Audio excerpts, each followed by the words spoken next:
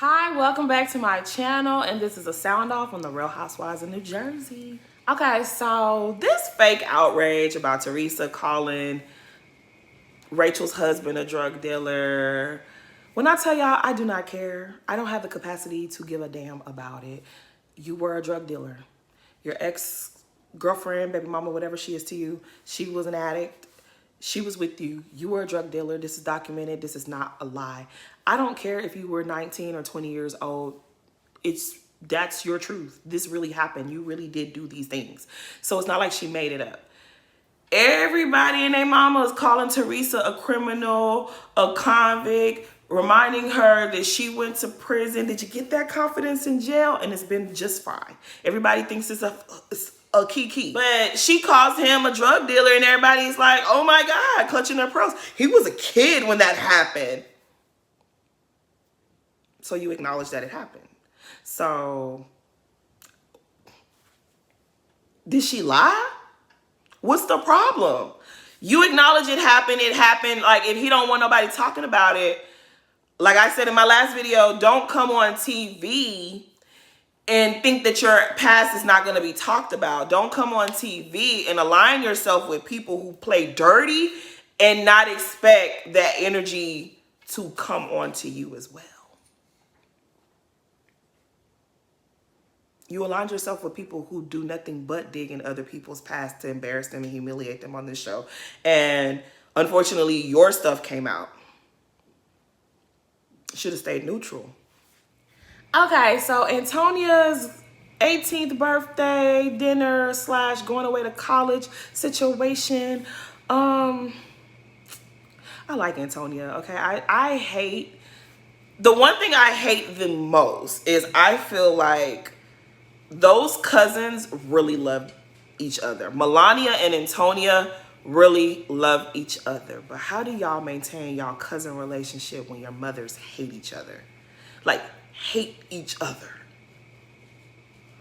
That is the most unfortunate part of this whole thing, because Melania loves Antonia. Antonia loves Melania. Like, I think Gabriella and Antonia are the same age, but for whatever reason, Antonia and Melania are closer. And it's sad. It's sad that foolishness is going to keep these cousins apart. Because I don't think, like, as much as they love each other, your moms hate each other. That is like, how do you get, I don't know. I don't like it. It's gross. It's gross that they can't, I don't know. But anyways, I don't understand how Antonia's dinner turned into a everybody praise Joe Gorga situation. Like, this is about your daughter. How does it turn into Melissa's cousin praising him and saying, you know, you were there for me when I came out and you're such a good guy. And oh my God, he's gonna cry. He's gonna cry. Miss me with the bullshit, okay? Whenever I think of Melissa's family, all I'm ever going to think about is that christening, okay? I don't care about none of this fake tears and fake love and family, love, and we're good over here. It's Teresa with the problem. Like, miss me with all of that. At the end of the day, all of this is dumb. It's dumb. All of it is dumb. Okay? I cannot believe all this is happening because Teresa was just trying to get married and find herself a little bit of happiness after everything that she's gone through, and y'all wanted to make her wedding about y'all. That's what all of this is about. And I'm over it. The real issue with Teresa, I don't know if I've ever broken down my true opinions about Joe and Teresa. I'm gonna do that today. Let's get into it on today, okay? So back in season 3, Teresa told us, she said that when Joe and Melissa got engaged, a lot of her friends said to her, you and Joe will be close no more. Now that he's getting married, prepare yourself. You guys aren't gonna be as close as y'all always have been close. And she said she accepted that. She said, so once they got married and she would reach out to Melissa and Joe and they wouldn't return her calls, she said, okay, I prepared for this. Teresa got into her friends and she started being closer to her friends. When Real Housewives of New Jersey, when Bravo came calling, Melissa now want to be close again with Teresa. Now you want to hang out. Now we family, family, family. But before the show, you was pushing me to the side. Y'all wasn't really talking to Teresa before the show came along. And then when the show came along, now you want to be all visible. You want the cameras to catch y'all hanging out and doing this and doing that. And Teresa wasn't down for the fakeness. I think Teresa, in her heart of hearts, had no idea how much her brother really don't mess with her. Like, he don't like you. He has a lifetime worth of resentment towards you. And he's been pillow talking with Melissa. So Melissa inherited the beef. She don't like you either. I don't think it's anything that Teresa's actually done to Melissa. I just think she's been pillow talking with her man. And her man don't like his sister. So she don't like the sister either. So every little hiccup that they have, it is magnified in Melissa's eyes. And then you have Joe saying, oh, she's just jealous of you. She's not as pretty as you. She's not as young as you. She wants to be you. Her man doesn't love her like I love you. Like, the problem, in my opinion, is not Melissa or Teresa. The problem is Joe Gorga. He is the problem. And I don't think that Teresa ever wanted to face that until last season, is when she finally understood. When that man went on the podcast with his wife and said, your children wouldn't have food to eat if it wasn't for me and Melissa doing the show when you went to jail. I think that's what finally it's set in for Teresa, is like, your brother has been your biggest op this whole time. Even your husband that sent you to jail does not dislike you as much as your brother dislikes you. I think it finally set in for Teresa. But the thing about it is, she will always forgive her brother. Right now, she mad at him. She's going to always forgive her brother. Melissa, she ain't going to forget that bitch. And that's how it is in a lot of families and in-law drama. Your loved one, you're always going to have a soft spot for them. But their partner, not so much. Personally, I'm just sick of everyone making it seem like Teresa is so bad. Does Teresa do things? She does.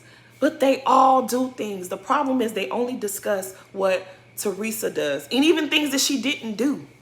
It's always Teresa, Teresa, Teresa, Teresa, Teresa. And then y'all get mad when people call it the Teresa show. There's so many grimy things that Joe and Margaret and the rest of the heifers have done. And y'all don't say nothing about it. No one has ever talked about Joe Gorga hiring people to do work and he don't pay them.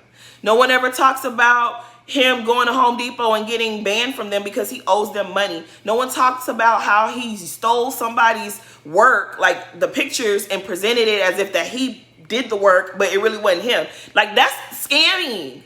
Y'all will sit up here and talk about Sheree, she by Sheree all the time, but y'all don't talk about these other people that be scamming folks. Y'all don't talk about them. It's obnoxious. It's like, I'm tired. They never talk about it. Joe Gorga's scamming made it to Good Morning America. Andy Cohen, who loves clout chasing, never even mentioned. You guys were featured on Good Morning America. We ain't talking about that.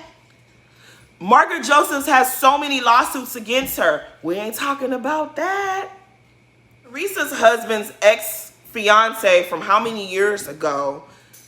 We can talk about that.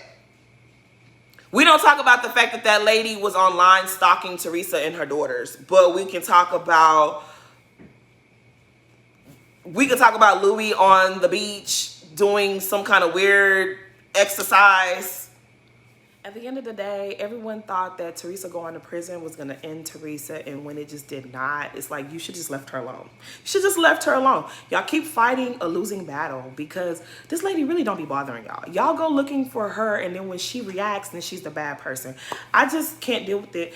I know what that feels like in real life. So it's just like, when I tell y'all I know what it feels like, you be minding your business. You be minding your business. And then people want to decide that you don't deserve the blessings that God has given to you. And they want to come and remove the rug under your foot. And then every time when they get embarrassed because God don't let you fall and hit your head, it's a problem. Something wrong with you because you have favor. I know what that feels like. That's why I'm always going to be on Teresa's side. When Teresa wrong, I ain't going to have no problem telling her. Like, I'm not no fan of Louis. But if she finds happiness and a peace in this crazy man, even if it's just for a little bit, let her have it. Everybody is like, so it's just annoying how everybody just keep coming after Teresa for nonsense. It's like, girl, can the lady live? Can y'all let this lady live? Margaret was talking noise about her going to Coachella. Uswana, you on day. Why do you care what this lady does? Like, everything about this, y'all swear y'all can't stand Teresa, but y'all obsessed over her. It's like, y'all don't hate Teresa. Y'all just hate the fact that she keeps winning. Y'all hate the fact that people still like her. Y'all hate how people love her. Margaret and Melissa are envious of Teresa, and you'll never have what she has. Until you let that go. Until you let that hate go. Until y'all let that hate go, y'all never have what she has. I mean, I know what it's like to be in Teresa's shoes, just a little bit, okay? Not all of it, but a little bit. So I'm always gonna be on her side. When she's wrong, I'm gonna say it. But I don't think she's wrong in this. It's just like, all y'all do is focus on what Teresa's doing. We never focus on what the other ladies are doing. Y'all, like, they filmed Antonia's 16th birthday party. It was a big to-do. It was never aired. Melissa's family's always down to record. It's just y'all not exciting unless Teresa's around. And that's why y'all mad. Y'all are so mad because y'all are forced. I do think that they are somewhat forced to an extent to always bring up Teresa. Because if you're going to talk about Teresa, the production, as much as they don't like Teresa, don't nothing move without Teresa. Oh, it must suck to be y'all. So Rachel being disappointed that Jen Fessler is not trying to ice out Teresa is so dumb to me. Like, she's like, oh, I really thought this was going to be my ride or die. Rachel, you're like 30. Jen Fessler's like 60. Why would you think that was going to be your ride or die? I thought Melissa was your ride or die. I don't know why she's even there. Like, I don't know why she's there. Danielle should be your ride or die. I don't know. Like, I guess this is just dumb to me. I did appreciate, like, Jen Fessler got on my nerves last season when she was like, Margaret, you're not going to be leaving my house. It's going to be Jennifer that leaves my house. It was like, girl, is Jen Fessler, like, is there something I'm missing about her? Like, I must be missing something because I don't understand why there's this competition on who could kiss her ass the best. Like, I'm confused. Like, I know that, I think they said one of her aunts was friends with Barbara, maybe that's what it is, Barbara Streisand connection. Maybe that's what it is. That she dated James Gandolfini. Let me tell y'all, side note, I love me some Sopranos. I love me anything mob influenced.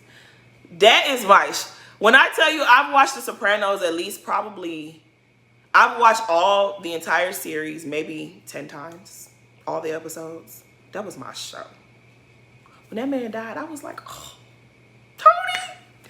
But that lady is so tacky talking about she was, doing the business with James Gandolfini. I don't know if that's the reason why everybody is kissing her behind. I don't know. Like, she's somewhat of a celebrity in that child. I don't know. But I appreciate her trying to be neutral. I don't really need her to be Team Teresa or Team anybody, but I appreciate her being neutral. You cannot come on this show. This show literally is successful off the blood, sweat, and tears of Teresa. Everyone who helped start the show chunked the deuce a long time ago. It's successful because of Teresa's pain. You can't come on this show and think you're going to benefit, but disrespect Teresa at the same time.